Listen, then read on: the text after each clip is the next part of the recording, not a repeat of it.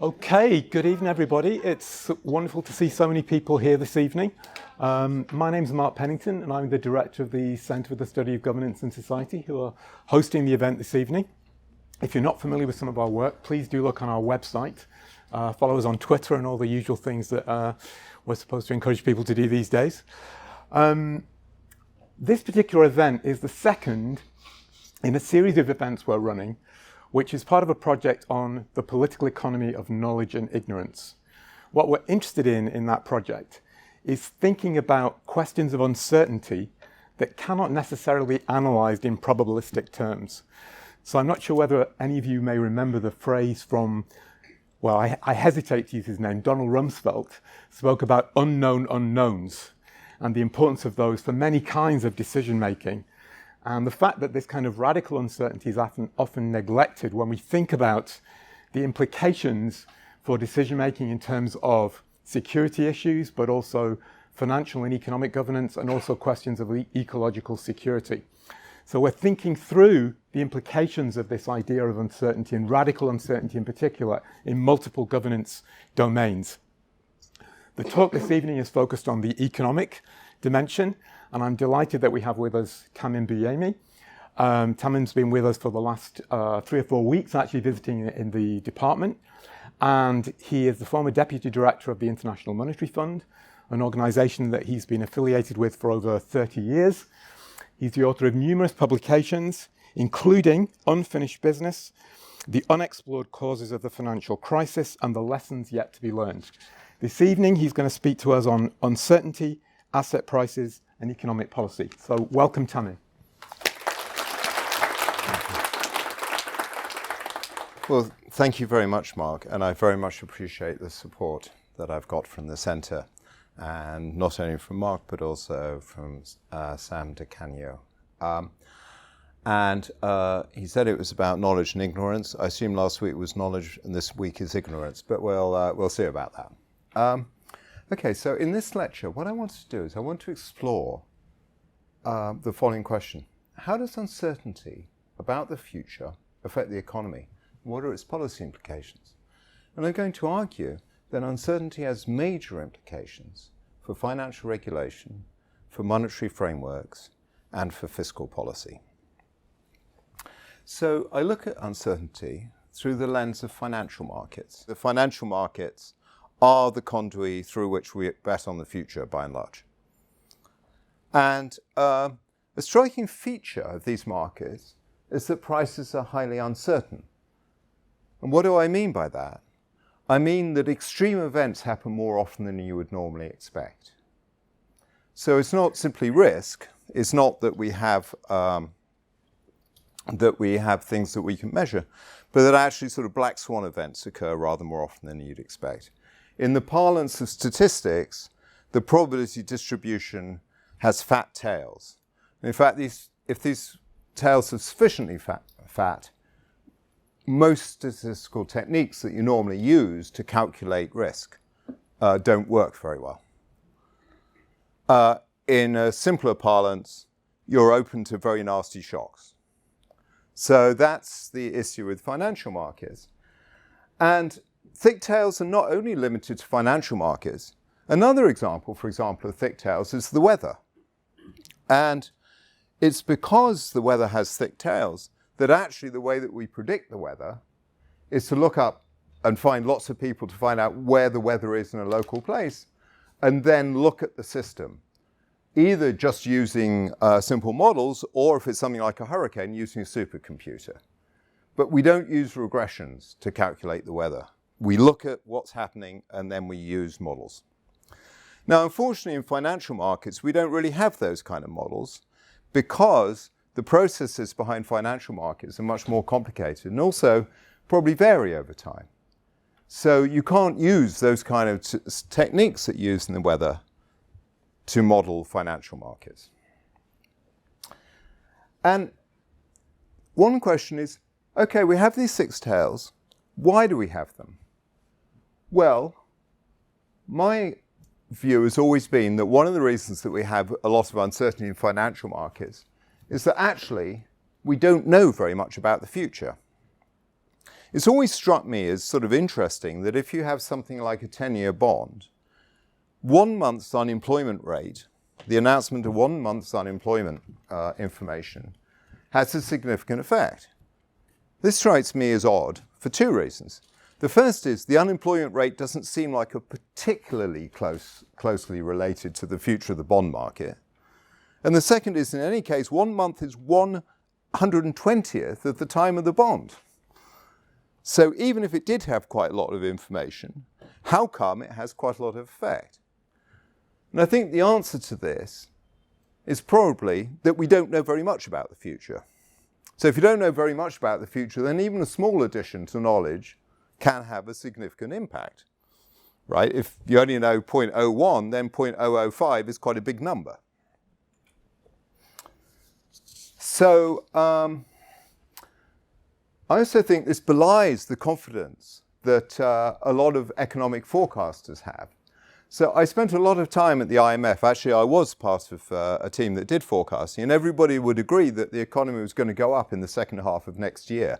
And they'd all agree. And if you notice, economic forecasts tend to, have a lot of similarity with each other. I mean, there's the odd, but one, but a lot of them are very similar. In fact, I suspect that this, for a start, it always surprised me that everybody was so sure about what they knew.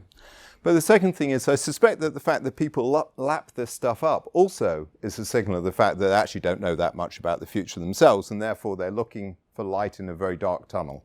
And so economic forecasts provide some light. Now, these observations have some fairly deep implications for how you think about the efficiency of financial markets. So the efficient markets hypothesis says that markets efficiently create information and that the prices reflect all the information that you can have. Now, that has 2 implications. One is that the price tomorrow should not be predictable today. Why? Because today's price has all the information in it. So tomorrow's price, any additions must be new information tomorrow. Since that new information is by definition unpredictable, therefore the price tomorrow cannot be predicted with the price today, by the price today.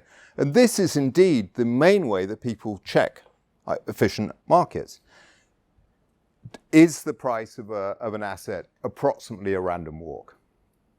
And the answer to that is that by and large, it is pretty close to being a random walk. There's some slight mean reversion, but it's pretty close to being a random walk. So on that basis, financial market prices are pretty efficient.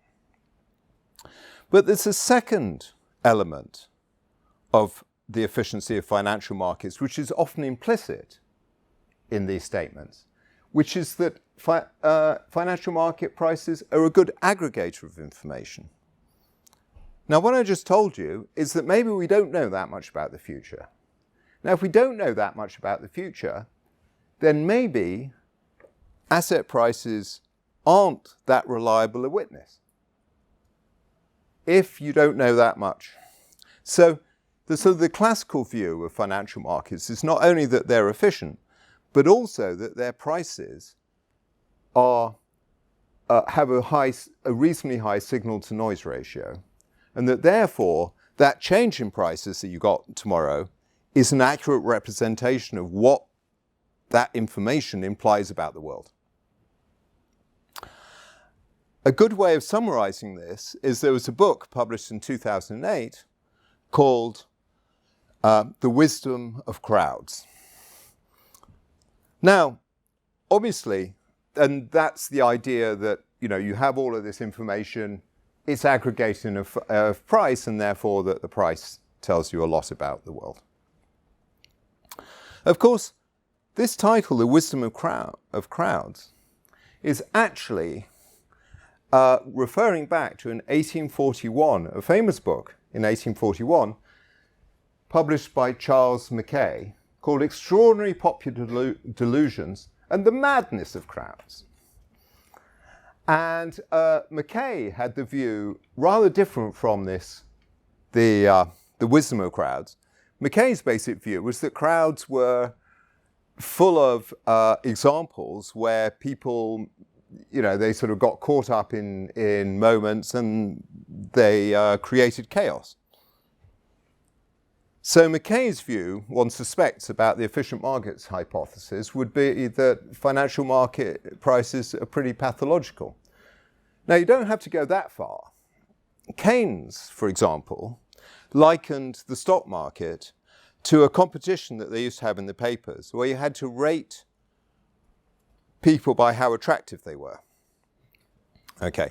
Now, the point about this was you won if you got your rankings the same as the biggest rankings. Okay? So he points out that you're not actually guessing what you think, who you think is the most attractive person. You're guessing who you think other people would think are the most attractive person. Now, that's not a system which necessarily is going to aggregate a lot of information very accurately. And I would note that in the current markets, most of the moment-to-moment trading is actually done by algorithms. It's algorithmic trading. And it's difficult to believe that a computer program is adding a lot of information to the system. So I'm a little more on the Charles Mackay and John Maynard Keynes end of this signal-to-noise ratio. I actually think there's quite a lot of noise and not that much signal in asset prices. As I say, in part because I think we don't know much about the future, so there isn't much to know. Now, if you take that, if you accept that asset prices are potentially a pretty unreliable witness, then that has deeper implications. I mean, it's well known that, liquidity booms in financial markets are associated with high asset prices and with bullish views about the future.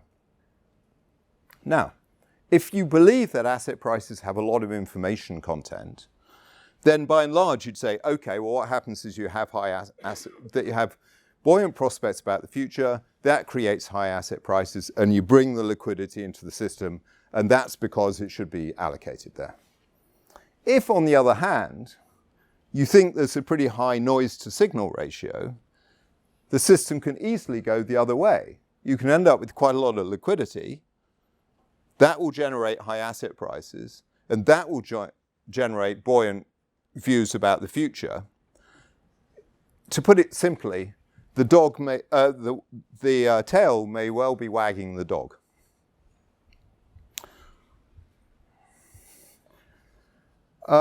Hence, while ideas about fat tails and information contained in asset prices may sound abstruse, high levels of uncertainty have some very concrete policy implications. In particular, the uncertainty of market price and their potentially precarious link with fundamentals puts a premium on the need for strong financial regulation. If you think that, if there are unreliable witnesses, then investment firms, you better make sure that investment firms can face up to some pretty big shocks. And in addition to strengthening confidence in the financial system, this may also matter for prosperity. And the reason for this is, it's a well-known phenomena that if you have a recession caused by a financial problem, the recovery is slow and faltering. The recession is fairly deep and the recovery is slow. So not only does financial instability have bad effects through financial markets themselves, but it also has bad effects through the fact that you end up with lower growth and therefore less income.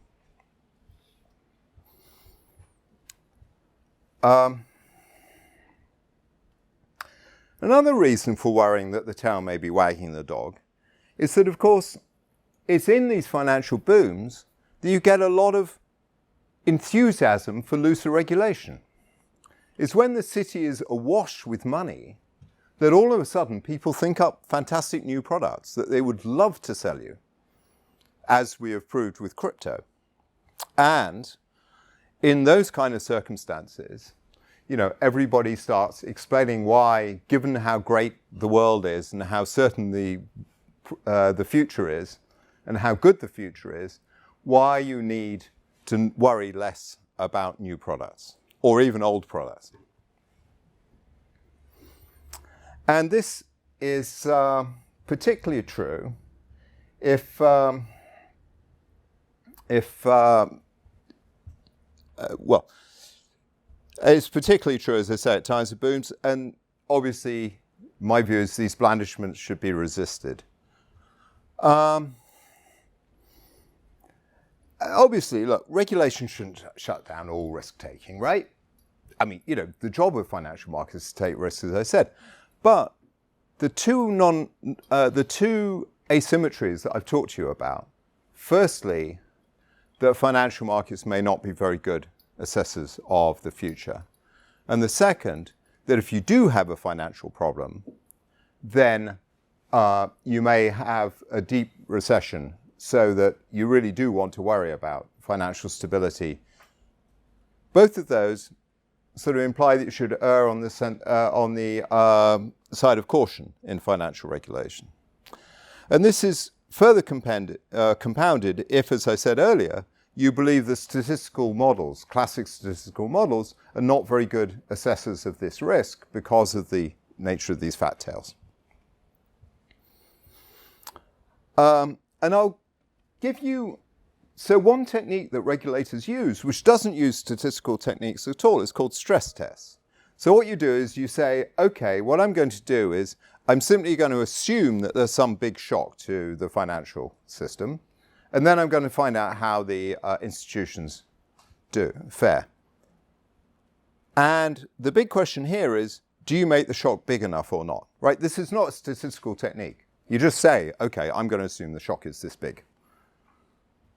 I'll give you a good example of how this can go wrong, which is the recent problems in the pension industry to do with liability-driven investment. Now, it turns out that people worried about liability-driven investment. In fact, the Bank of England in 2018, in its financial stability report, had a box on LDI, as it's known by the cognoscente. It did a stress test, and it had a 1/4 point shock to bond yields. It had a 0.5% shock to bond yields, and it had a 1% shock to bond yields. And it was obvious that the costs were highly nonlinear, because it turned out the costs of a 1% shock were 10 times, virtually 10 times, the cost of a 1/4% shock. So this is a pretty nonlinear system. Now, of course, when Kwasi Kwarteng announced his mini budget, the shock to bond yields was a lot more than 1%. So it wasn't that the Bank of England didn't know and the regulators didn't know the risk, it's that they didn't put in a big enough shock. So there's a lesson there, I think, for us all. And of course, the core problem was a negative feedback loop. Right, so what happens is the guys who sold you these synthetic gilts, when the price went down, they asked the pension funds to give them more money. The pension funds had to sell gilts to give them more money. Selling gilts lowered the price of gilts still further, meant that you needed more. So it's a classic feedback loop. And of course, the Bank of England managed to solve it by simply starting to buy gilts, which raised the price and solved the problem. But this, which wasn't that big a financial shock, think about its implications. A chance the Exchequer got booted. We ended up with Britain's shortest ever Prime Minister. And we've ended up with a complete U-turn in economic policy. Now, you may think all of those are good or bad things, but the point is that it's a pretty important set of events to occur from hiccup in the financial system.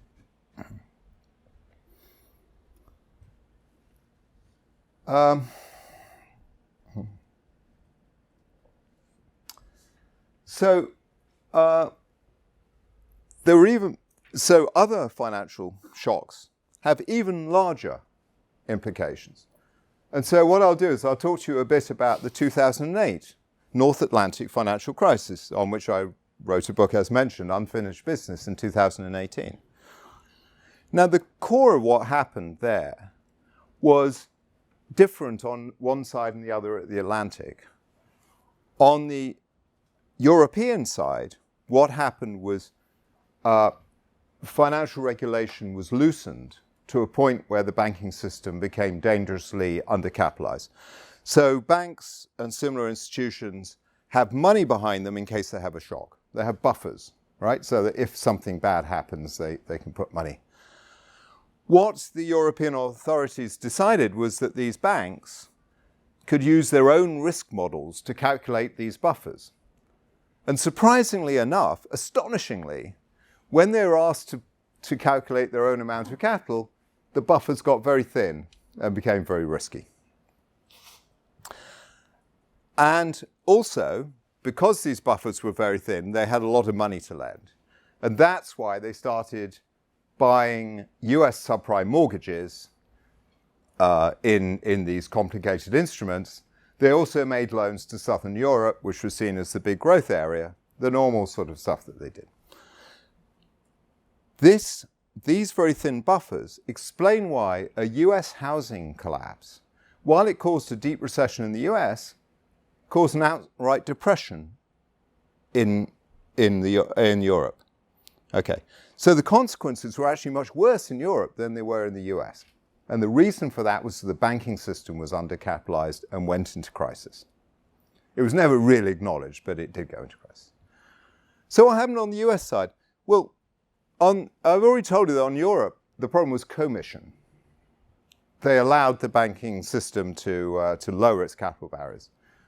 In the US, actually, the problem was omission. So what happened was the US banking system was constructed in a rather different way from the European one, in that investment banking, which is buying and selling of assets and creation of assets, was separated from commercial banking, which is making loans, mortgages, loans to firms, etc. Now, the US investment banking side had never been well regulated. This didn't matter in 1970 because their assets were all of 2% of GDP. But by the eve of the Lehman collapse, these assets had ballooned to over 30% of GDP. And what happened was they still had no very low buffers. So what happened there was the buffers were always low, but it only mattered when these institutions became systemic. And by the way, both Bear Stearns and Lehman Brothers were investment banks. Now, luckily for the US and for the world, the US commercial banking system actually was well capitalized. It had very reasonable buffers. And the reason for this was that although the Federal Reserve and the controller of the currency, who were two of the regulators for the commercial banking system, wanted to lower buffers in the same way the Europeans had, the third person involved in regulation, the Federal Deposit Insurance Company and its leader, Sheila Blair, actually kept on refusing. And so the reason that the US banking system survived so well over this meltdown of the US housing market was because it still was well capitalized due to Sheila Blair. And for her trouble, at the end of her first term, she didn't get renewed, and she went off and started running a community college in Southern Virginia. I've met her. So there we are.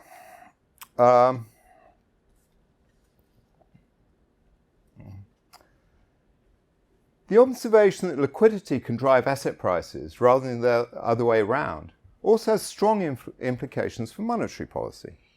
After all, monetary policy has a very, very big influence on liquidity, right? If you have low interest rates, there tends to be a lot of liquidity in the market. If you have high interest rates, there tends to be a lot less liquidity.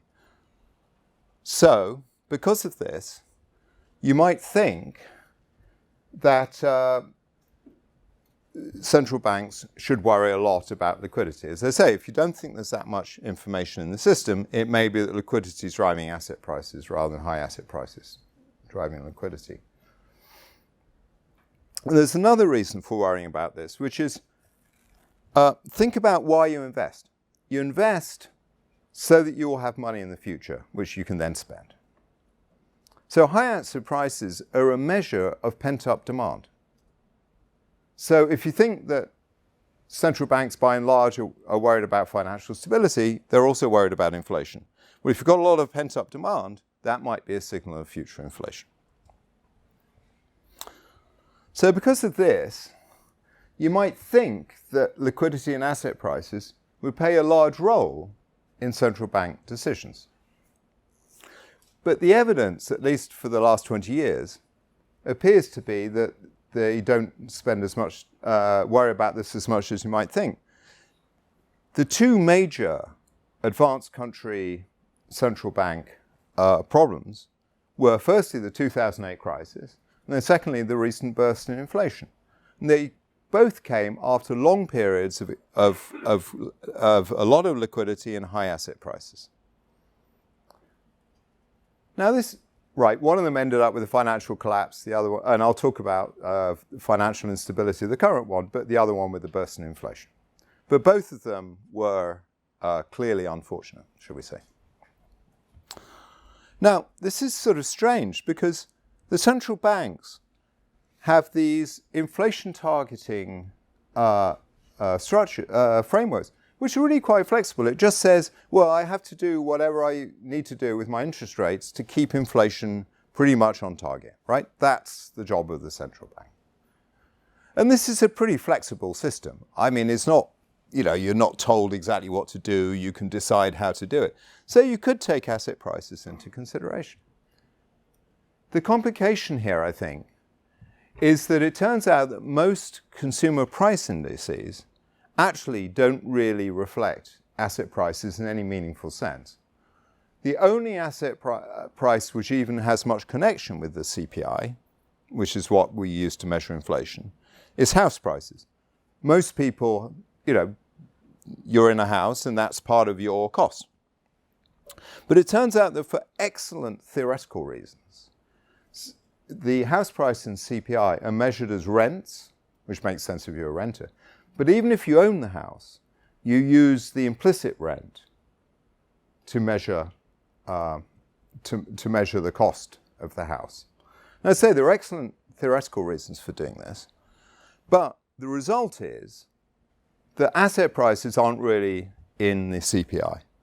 And if, as is true, rents tend to lag house prices, what you end up with is at times when you get a big rise in house prices, let's say, as has been happening, the CPI stays low, right? And so what happens is the central banks, who've been told to keep the CPI on target, tend to think that they're doing okay. And one thing which I hope from the recent burst of inflation is that central banks will take a lesson, which is that they need to worry a bit more about liquidity and asset prices. Such a change in heart, however, will not solve the current financial risks coming from the fact that we've had this very long time of a lot of liquidity and rising asset prices, caused in this case, by the way, by central bank behavior. Remember I said in 2008 it was financial regulation. Well, in this case, it's zero interest rates and quantitative easing. Now it turns out that international financial crises have a very predictable pattern. So what happens is the tinder is caused by a long boom in liquidity in the center of the system. And then the tinder is lit by a rise in interest rates also in the center of the system. And by the way, this implies that you should be worried particularly about the behavior of very important central banks, such as the Fed, but also obviously the ECB and the Bank of England, right? Because they have big international spillovers. So in this MO, I will go through the last 4 major international financial crises. So the first one I'm going to talk about is in the 80s and was the debt crisis, Latin American debt crisis. So what happened was large rise in oil prices, lots of money. It got recycled from the oil producers to the Latin American countries. So that was the tinder. And the match was when Paul Volcker decided to stomp inflation in the US by raising interest rates literally to almost 20%. And so that caused that crisis. The 1992 ERM crisis has a very similar MO with some slight differences. So what happened in the ERM crisis was that marginal members of the ERM had high interest rates to keep their exchange rate pegs. So the UK and Italy in particular. And this attracted hot money. And then German unification led to a rise in German rates because of the overheating caused by German unification. And that's when the system collapsed. The Asia crisis. Again, a long boom in which a lot of money went to the successful Asian economies, or what was seen to be the successful Asian economies. Again, in this case, they also had exchange rate pegs. And then in 1995, the Federal Reserve starts raising rates to lower inflation. And then 2008, I've already talked about. So, you have lax regulation. Money is going into US subprime. Money goes into the Greek government. Money goes into Spanish real estate. Money goes into Portuguese corporates. And then, at some point, the Fed and the ECB start raising rates, and hey presto, you end up with a crisis. I'd like to note that there's a pattern here, which is emerging market one time, and about a decade later, advanced countries. And then about a decade later, emerging markets, and then about a decade later, advanced countries. Well, I think this is the natural tendency to shut the door after the horse has bolted. So what happens is the regulations are always, financial regulation, are always a bit stronger in the places which had the last bad crisis. And that's why I think, we've got everything set up for an emerging market financial crisis, sadly. We've had a huge liquidity boom. Debts have gone up in the emerging markets very quickly. And now so that's the tinder. Now we've got the classic light, which is a rise in the Federal Reserve interest rates. We've already seen defaults in Argentina, Ecuador, Sri Lanka, actually Lebanon as well, for example.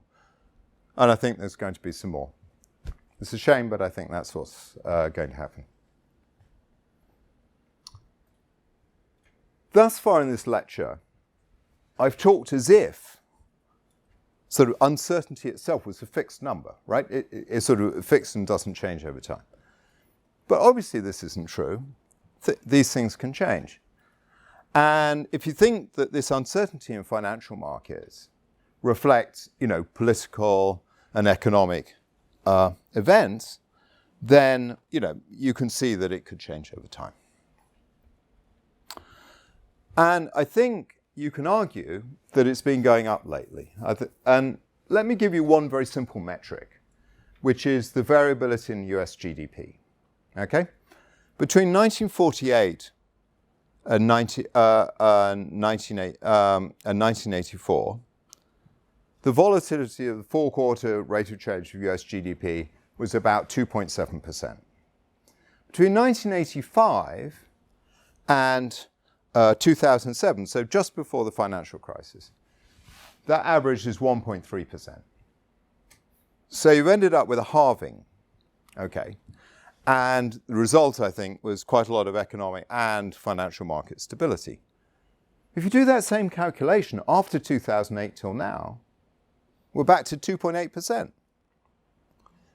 We've doubled, and we're a smidge above the 48 to 84, but who's counting? So we're back to this rather more volatile time. Now, you could turn around and say, well, Tam, you've just fixed this up. you put in the financial crisis and you put in the COVID panic, and that's why the numbers double. Well, maybe, but I can think of it. I do actually think there's been a genuine rise in uncertainty. I think you can see at least 5 things which have no parallel between 85 and 2006. So I'll list them for you. The first is, in a matter of months, we've had a burst of inflation, which has meant that everybody's changed their view of the trajectory of monetary policy globally. Okay? No equivalent. There's a war in Ukraine, and there's renewed superpower rivalries, which should put the future of globalization to increasing doubt. And have also, for example, the kind of economic solidarity that was seen in the G20 after the economic crisis of 2008 is now a distant memory, right? You wouldn't get the same kind of coordinated response to a crisis. Climate change. There's going to be more natural disasters. Rising populism and authoritarianism. And finally, the long-term scars of COVID, for example. Now, all of those, I think, give you a reasonable case for saying that this observation that uncertainty has gone up is probably reasonable. Now, this has an implication for the way that we run policies. If you think that in 2008, you're faced with the kind of crisis which only occurs every 10 or 15 years, then it makes sense to throw the macroeconomic kitchen sink at it, right? You lower interest rates to 0, you stick bonds into the market, you buy bonds, you run big fiscal deficits. Why? Well, it's only going to happen once. All the distortions that you've caused by this response, you can solve in some other time. So, as the economic firefighters, you go out, you put out the fire, you come back, and you sit back and look to a job well done. And you can argue the same with COVID. But if you think that uncertainty has actually gone up, then this is not a great way to run a wealth store. Why? Because if something like COVID happens in another 2 years, you've just used a lot of your buffers, right? So the point is that if you actually think uncertainty's gone up, then triage may be rather better than going for everything. You shouldn't throw the kitchen sink at it.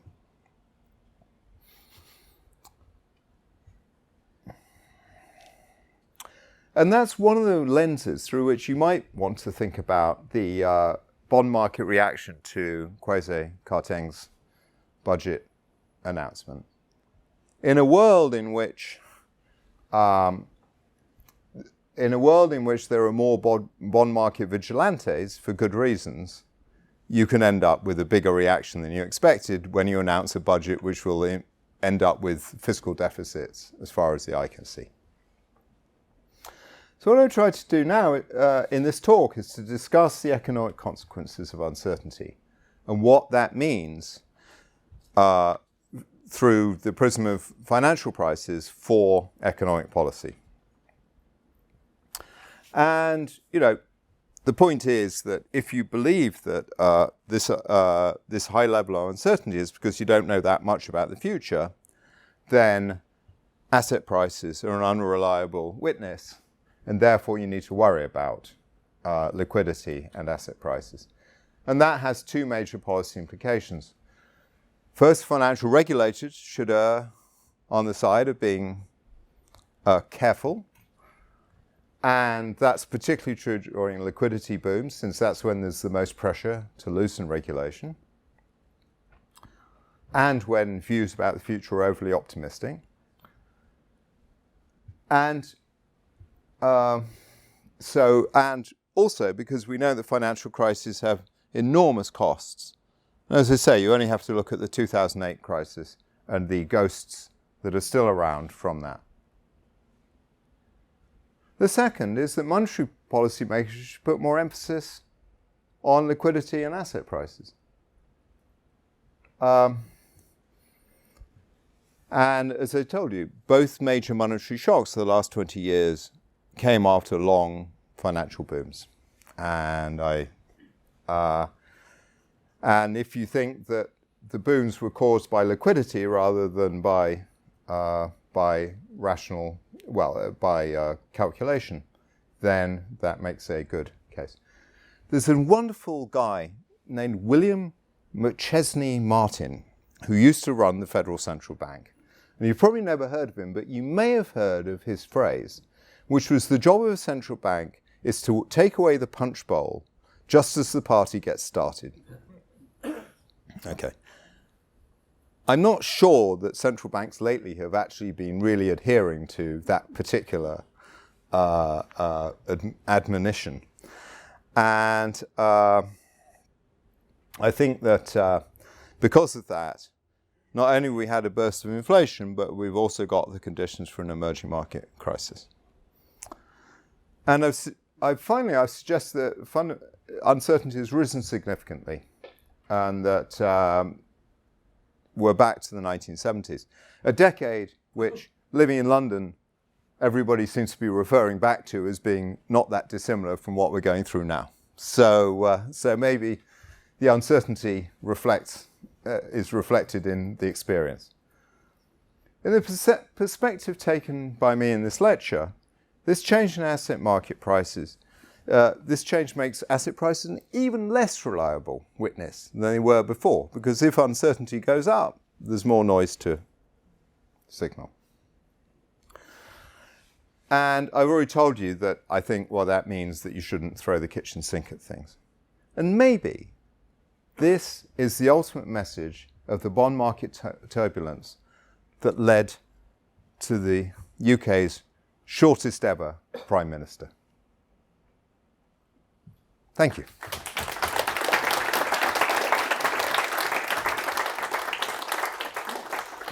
Okay, thank you very much, Tam. So we've got about 20-25 minutes for questions. So please raise your hands and we can take some questions. Rosie, would you like to go first?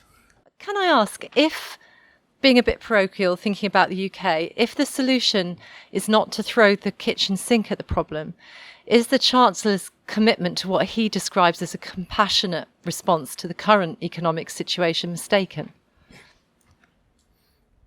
No, I don't think so.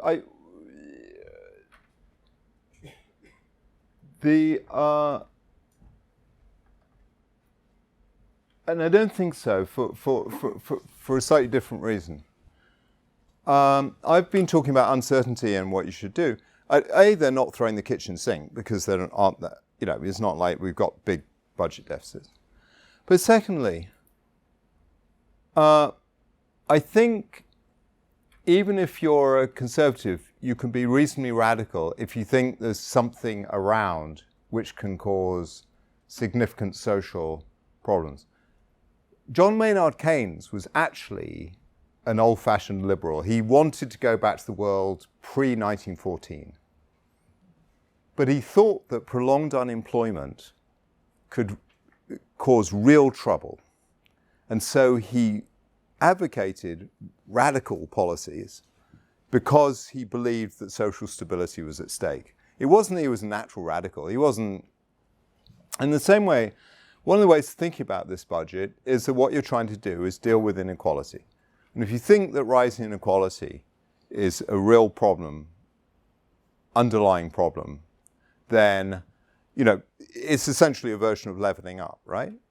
And I think that you can argue that's worth pursuing as long as you do it in a reasonably sensible way. And I think the bond markets reacted as such.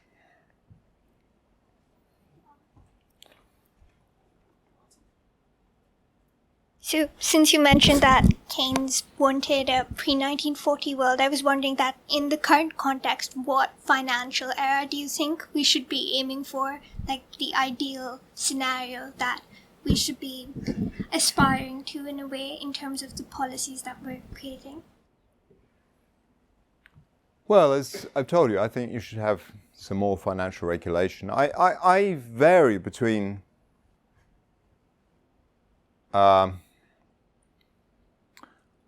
I do wonder how much good to the world has actually been caused by big financial markets and lots of money sloshing around. I can see the argument both ways, frankly. So I'm not somebody who believes that the massive rise in financial markets is necessarily been a great thing. It certainly made a lot of people in London a lot of money, but that's not the same thing. But on the other hand, I mean, clearly, having open capital markets has done quite a lot of good to the world. And so, there are two questions. Should you regulate financial markets fairly toughly? Yes, I think that is a clear thing. But on the other hand, let's not hold our breath. I mean, the history of the last, there have been financial run-ups and collapses, forever in history. So you're not going to stop them. You might make them a bit smaller, but you're not going to stop them, right? There seems to be something in human nature. But whether we've got overly large financialization in the economy is something I'm not sure about. Sorry. Sorry to be an economist.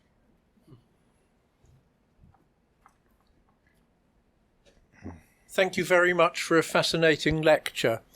In the United Kingdom, there's of course the division of labour between the Monetary Policy Committee, which arguably worries about the central part of the distribution, and the Financial Policy Committee that worries about the tails, fat or thin or whatever they might be.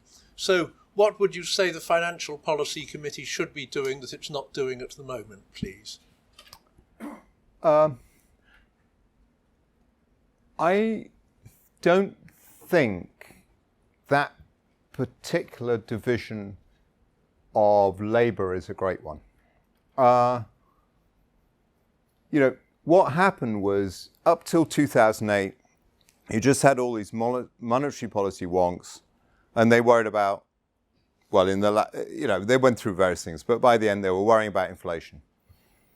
Then you got this big financial crisis, and everybody said, well, how should we react to this? And they said, oh, well, what we'll do is we'll carry on with just these guys worrying about monetary policy, and we'll get another bunch of guys who we always had, but we used to sort of put in the basement, and we'll unchain them from the basement and bring them up, called the financial stability guys.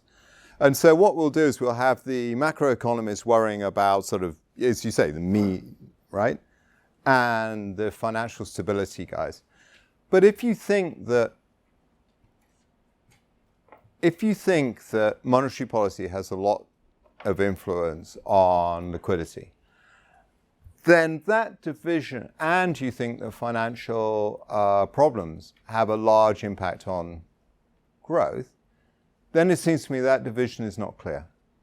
I don't think that neat separation actually makes a lot of sense. I think you should have a monetary policy committee that worries about both.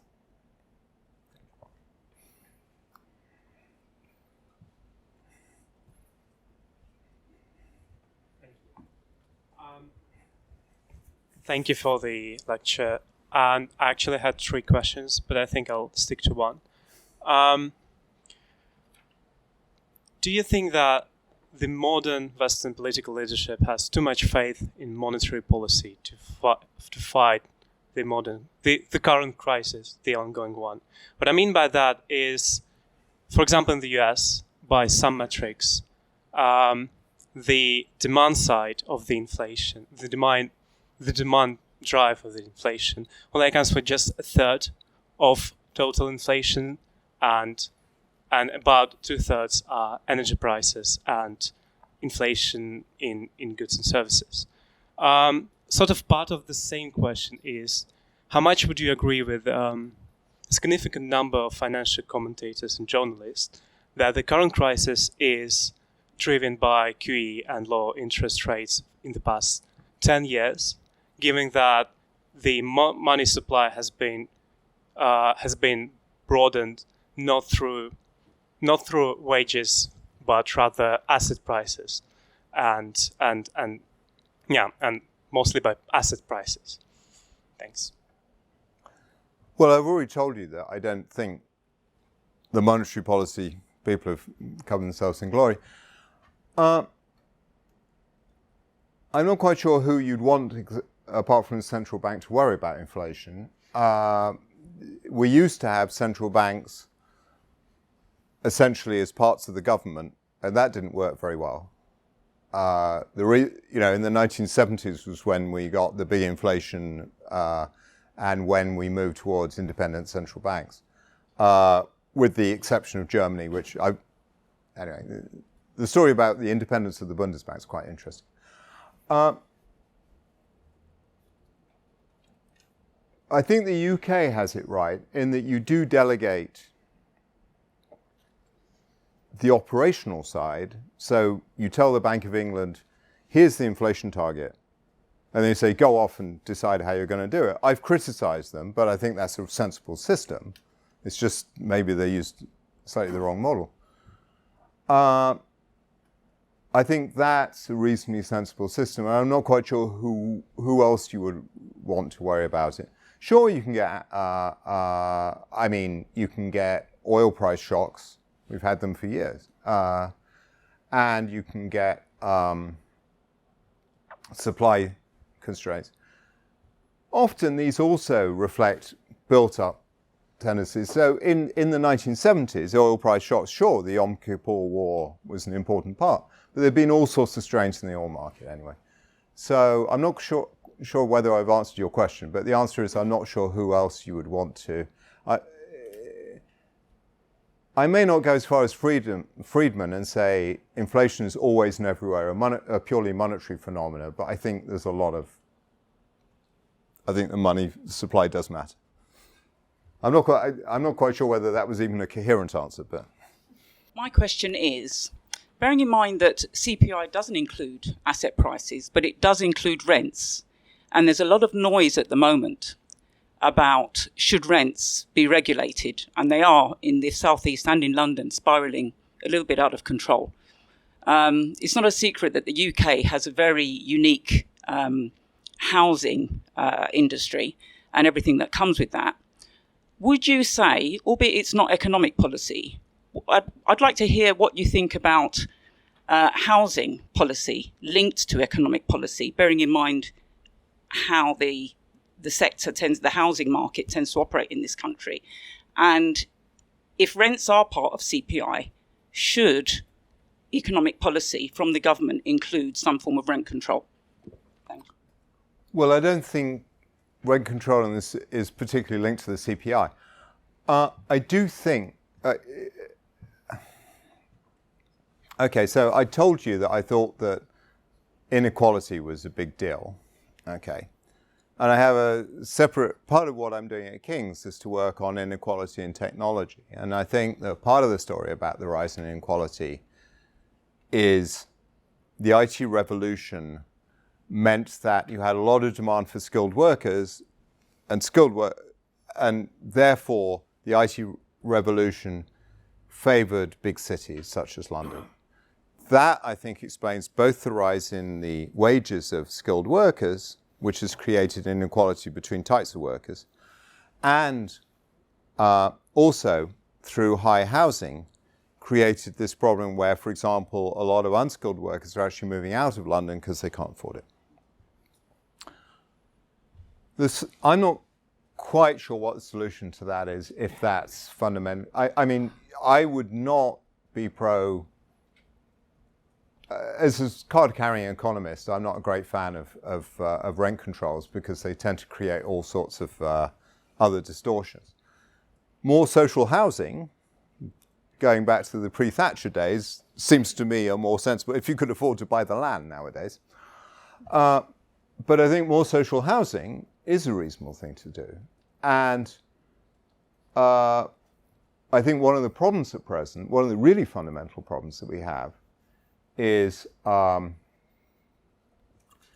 smart people with backgrounds which don't give them that much money find it very difficult to move to opportunity. So there's a very odd thing in the current world, which is the poor are moving away from opportunity. They're moving away from London, which is where the prosperity is, right? That was not true of the 60s. People were moving to the places where there was prosperity. And that seems to me very bad for the social system.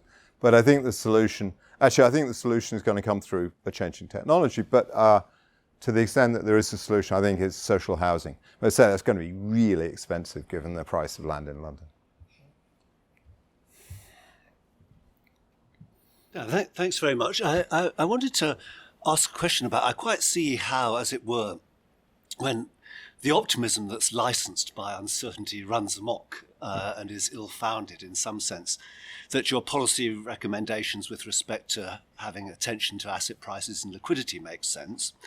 And what I wanted to ask you really was, does that also apply when we have pessimism that runs amok, so that your illustrations are all on the optimism running amok side, but what about on, do we draw the same policy insights when pessimism runs amok? Oh, yeah. Yeah, no, look, oh, absolutely, yeah. The reason I worried about booms... But do asset prices and liquidity, are they the same things that we look at when... Yes. Yeah, they are. Yeah, no, yes, no, it's... Is it exactly linear in both directions? I don't know. I'd have to think about that. But to a very large extent, it is. You know, and you can certainly think about the swoon in asset prices after the 70s. You know, and one of the things is, you know, you end up with extremely high interest rates and therefore very low asset price. And the reason for that is every bondholder in the world has been ripped off in the 70s by unexpected inflation. So not surprisingly, when they come back into the market, they're arguing a good whack because, you know, they've just lost all their money. So, but yeah, no, it works pretty much the other way. But the thing is, people react the other way. If you're not the Germans, you react very much when there's a recession. So, you know, I think, you know, the memory of the UK and the US is of the Great Depression is of unemployment. The memory of the Germans is on inflation. So actually, they operate in a very different way. But at least in the Anglo-Saxon countries, I think, you know, you do react to recessions. Thank you. So I just wanted to ask, like, what do you think could be the effect of not just the monetary policy but also the fiscal policy, as constituted in the very generous fiscal bailout packages that was adopted by the U.S. and other European countries, like for the recovery from the COVID-19, and I guess what is different about it that it came at an era of mainstream financialization, that you don't have to bail out like investment firms and big banks so that cash finds its way into the financial markets, but just by bailing out normal people, it will find out its way in. Like how this contributed to magnifying the crisis with uncertainty that we find now. Yeah. Well, this is, I think, under the category of sometimes you have to do things which don't look so good. So it turns out, I told you that financial crises cause very bad recessions and very slow recoveries. So actually, even if a bunch of rich investment bankers messed up the world, who you don't particularly like, you can prosecute them, but you have to recapitalize their banks. Otherwise, you know, the world's a much worse place. So it's shutting your eyes and doing things which you understand that a lot of people turn around and say, why the heck did you do that? Well, the answer is the heck you did that was because you know that the alternative, even if you don't like the people you're giving the money to that much, the alternative. Now, in terms of COVID, that's a very interesting shock. I mean, it wasn't primarily a financial shock. And the big worry with COVID, because I was still in the IMF when it hit, I mean, the big worry was that, you know, basically a lot of people would go bust because they couldn't get money. A lot of small businesses would go bust. A lot of corner businesses would go bust. Now, unfortunately, again, when you throw money at this kind of stuff, it's difficult, especially if you're doing it in a huge hurry, to be particularly targeted. It's just not possible, right? Quite a lot of the money may have flowed, and, you know, humans are humans. So quite a lot of the money to businesses that were under strain may have actually not been particularly well directed. But nevertheless, it made sense to bail out the businesses. Okay? Now, on the other hand, I said, well, you know, if you're going to have regular shocks, then maybe a triage is slightly better. So maybe you shouldn't have done quite as much as you did. triage. Triage by its nature is you tell some people they're dead. That they're going to die. That's how it works, right? You divide people into the saved, the lost, and the saved. By the way, triage was invented by the Russians in the Crimea War. That's an interesting fact. So I hope I've answered your question. Yeah, thanks very much. Very interesting talk. Shouldn't central banks take a lot of responsibility for greater uncertainty now? Because quantitative easing is just an experiment, right? And not only does no one know how to end it, but they don't really understand how it worked. Yeah, I always found that Bernanke quote that, we don't know how it works, but it does work, to be a bit, it's not particularly difficult. You buy a bunch of bonds and their prices go up because you're buying them, and therefore the yields go down. Actually, the economics behind it was not complicated. I thought that was a silly comment by Bernanke. I think a lot of what he's said is very sensible. But in terms of my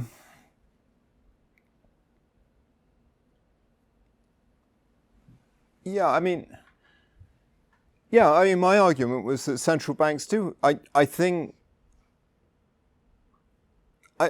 I'm very surprised by the degree to which the public sector's behaviour, both before 2008, where I think it was the financial regulators, and currently, most of the explanations have been, the central banks seem to be quite successful about sort of deflecting criticism away from them, to a degree which has frankly surprised me.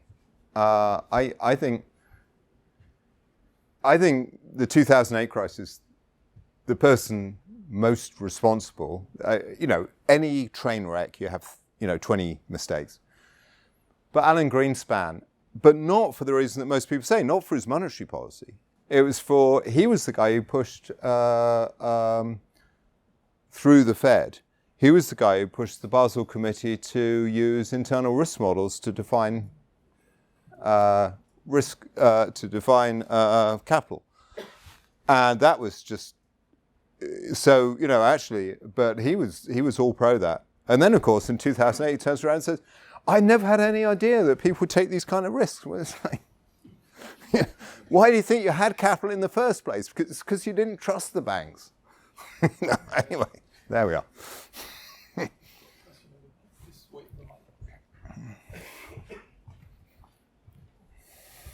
Sorry, I was late, by the way. One paradoxical observation and one question. The paradoxical observation is, and the paradox came in after that question there about when there's too much pessimism around. It was very nice to hear an economist saying the theory may be great, that you ignore asset prices, but it's as obvious as you like. Every time there's a especially debt-fueled asset price boom, there's going to be a crash.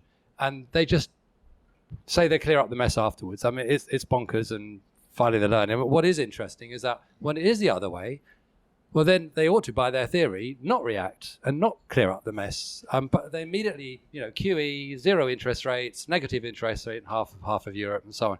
So, they clearly don't really believe it. So, rich people's assets getting more expensive is good. Ordinary people's wages getting higher is not good. Anyway, that's the observation. You said that it's now the turn for the emerging markets to have their crisis. What's the betting on there being an emerging markets and a developed markets crisis this time? The banks probably better capitalized, probably okay. The non-banking sector has exploded. You have all the private equity who now run out of people to other private equity firms to sell to. They're now selling to their own funds, incredibly heavily leveraged, including on the new higher prices that they are buying from themselves. That is also waiting to explode. And what are the impacts going to be there in the West? Yeah, I agree with you in the non-banks, but I think it's mainly asset managers, and by and large they've got other people's money, so there'll be losses. I'm not sure there'll be the kind of leverage problems you got with banking. I think there will be a comeuppance to the like on a personal level to somebody like BlackRock, because I think that they've invested in a lot of things which their clients still think are worth quite a lot of money, which aren't. But I think emerging markets isn't that big a part of their portfolio. Okay, also a bunch of, I'm sure, turns out all these guys also invested in FTX. They invested, essentially they've invested in everything. And there will be problems in the advanced country markets. I just don't think there's going to be a full-blown crisis. I think you're going to have things like, stupidity like FTX. I don't know whether you saw this thing this morning about this guy sort of basically saying he couldn't believe, it was basically sort of amateur time. It's difficult to believe that these people are actually running, a significant financial institution. But on the other hand, actually, the guy who ran Lehman was a pretty odd guy on himself. So maybe it's just the way life is.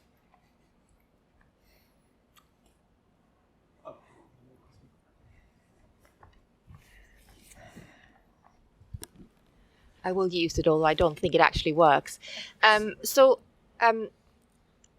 wondering a little bit about leadership, and you're coming on to that a little bit now, and the unchallenged leader in finance. For example, during the crisis in 2008, 2007, we who worked in the RBS group at the time, we all knew that one of the worst banking acquisitions was about to happen, but the leader wasn't challenged in the decision making. Obviously, I'm talking about the RBS ABN AMRO deal, and how the culture is that you don't celebrate boring decisions. Like you gave a great example of the US, where actually that's not a celebrated decision, but we celebrate the exciting decisions, the thrill-seeking decisions. And maybe you can say something about that linked to crisis.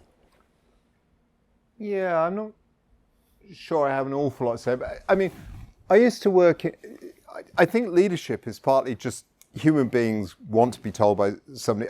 There's huge coordination problems, right, in human beings. And the reason that you have leaders is so you can solve that coordination problem. I used to work in forecasting, and, we would love to have done, US GDP is likely to be between 2 and 2.5. But nobody's going to, everybody wants a number because they just want a number. For some reason, human beings like a lot of certainty. And again, I think leadership, and you can see where the coordination problems are biggest. For example, in armies, leadership is most well defined. So if you get, the army is one extreme. The other one is, if you're an artistic colony, I doubt whether there's a lot of leadership going on. So, sort of, it depends given where I am, maybe an academic department is a good example where leadership is not particularly important because you're all going off and doing your own stuff. Right, so leadership is part of coordination, in my view, the issues of coordination. Thank you. Thank you very much, Tam. You said at the start of your talk there's going to be a lot more black swans, but most of the examples of crises you gave were of things that could have been predicted and foreseen very easily. Perhaps not COVID, but certainly the financial ones. How many financial black swans have there ever been? If I could, I actually put that question to Nicholas Nassim Taleb once. If you read his book, the only example he can give of a black swan, he has to invent. And he admitted, and he gave some ridiculous examples, like, the crisis 2008. Well, actually, there were rather a lot of people who foresaw that. So is there really such a thing as a black swan?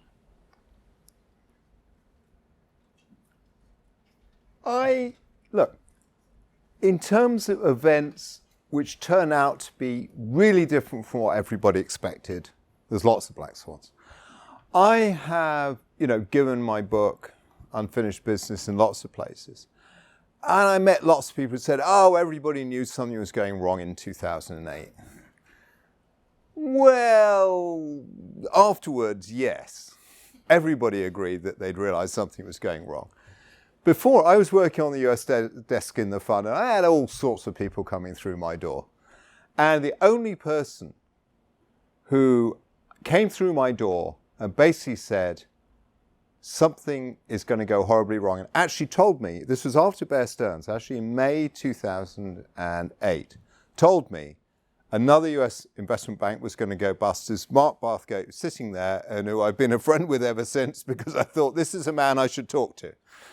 Because he said, and as I say, everybody else was telling me everything was fine, there's a bit of froth in the market. You go back and everybody's telling you that they thought that, they saw it coming and all that kind of stuff. Well, so, 2020 vision is 2020 vision, and I don't really buy it. So are they predictable looking back in time? Yeah. Are they predictable looking forward in time? That's the trick.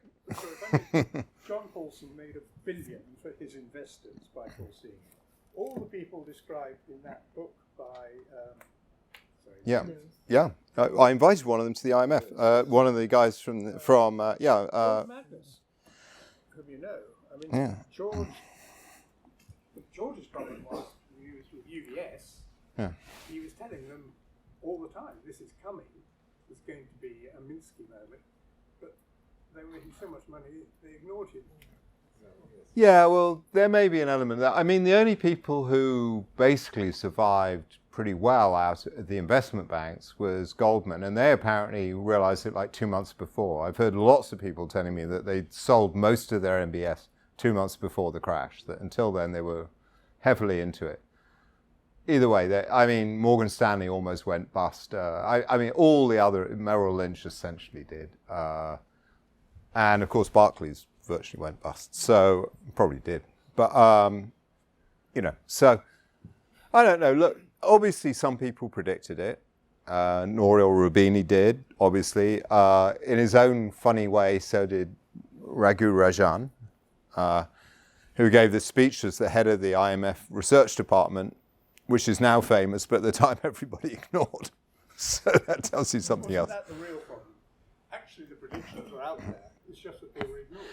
Look, there is an element of, everything's going well, everybody's drinking champagne out of their cowboy boots, kind of, what's to worry about? Yeah. Tam, I've got a question, if that's all right. So, one way of reading your talk might be, it's a pretty sort of devastating indictment of what we might consider to be a sort of technocratic view of the way economic policy can operate. So, if we're living in this very uncertain world, the idea that it can all be managed through these kind of technocratic processes is really called into doubt. Now, if that's the case, that raises the question of what kind of alternative do we have?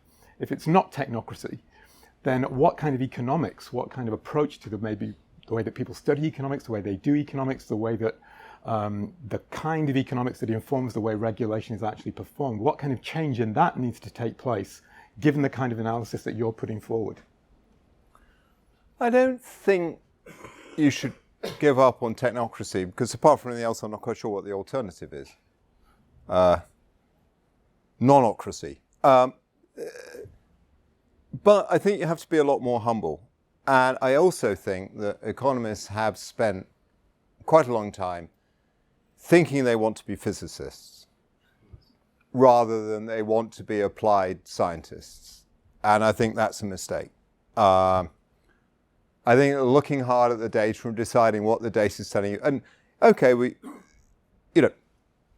there was a very, very big insight, which is that, sort of at one point in economics in the 70s and the 80s, which was a change in policy can change the nature of the experiment, and therefore you have to delve deeply down to the basics. Otherwise, you'll make horrible mistakes because you assume that behavior isn't affected by the experiment. A sort of quantum mechanics type view. But everybody then went bananas and sort of put every possible basics into a model and stopped looking particularly hard at the data. In fact, there was a huge time when I was doing economics when you produced these models and all you did was you looked at the mean, the standard deviation, or whatever, the variables. You said, as long as you can approximate those, that's the way I'm going to test my model. And that just struck me as nuts. I mean, it was just like, so you're not going to actually say, okay, if this goes up, what happens? You're just going to say, well, I approximate the moments of the model, the moments of the distribution. But I mean, Technocracy can go wrong, but technocracy can also learn from its mistakes. And I'm not quite sure that the alternative, I'm not quite sure what the alternative to that is. So I said, in this lecture, I said, look, I hope central banks will start worrying a bit more about liquidity and asset prices. And I certainly expect that they will. If they don't, then Lady Bracknell really does have a point. Did I use the Lady Bracknell quote? No. Oh, okay, I missed it. Can we have it now? Yeah, sure. So, sorry, and then I'll come to Nick. Okay, yeah, sorry, it was in my notes. It was about the fact that the last two financial crises happened after long booms, and what were central banks doing? And so, of course, Lady Bracknell famously says, losing one child is unfortunate. Losing two smacks of carelessness. And that's sort of my view about central banks. Half forgotten my train. It was, why did it carry on? Why did they carry on? It was, Chuck Prince, the music's still playing, we're still dancing. And it comes to leadership, leadership of the institutions, but also Greenspan, not taking the punch bowl away. The boards of banks would have been fired if they'd said, oh my God, there's a crash coming, we better be careful, before they could have averted the disaster. And, there's got to be someone who says, party over, because people would just, and they're also making it sort of dynastic amounts of money. When you're making tens of millions, it doesn't matter if you drive the bank to nothing, as long as you take your 50 million bonus out this year, because then your grandchildren are done, so... if you noticed, in the lecture, I don't think I had a go at the investors. As you say, they're doing, their job is to make money. It's not, that's the rules of capitalism, right? It's somebody else's job to stop them doing bad things. You may or may not like capitalism, but if you're running capitalism, if you're running a capitalist society, then turning around and saying, actually, this is my brother Omar, and he pointed out after the 2008, everybody was saying, well, investment bankers, they were so greedy. It's like, what do you think investment bankers do for a living? It's like, what an insight to life.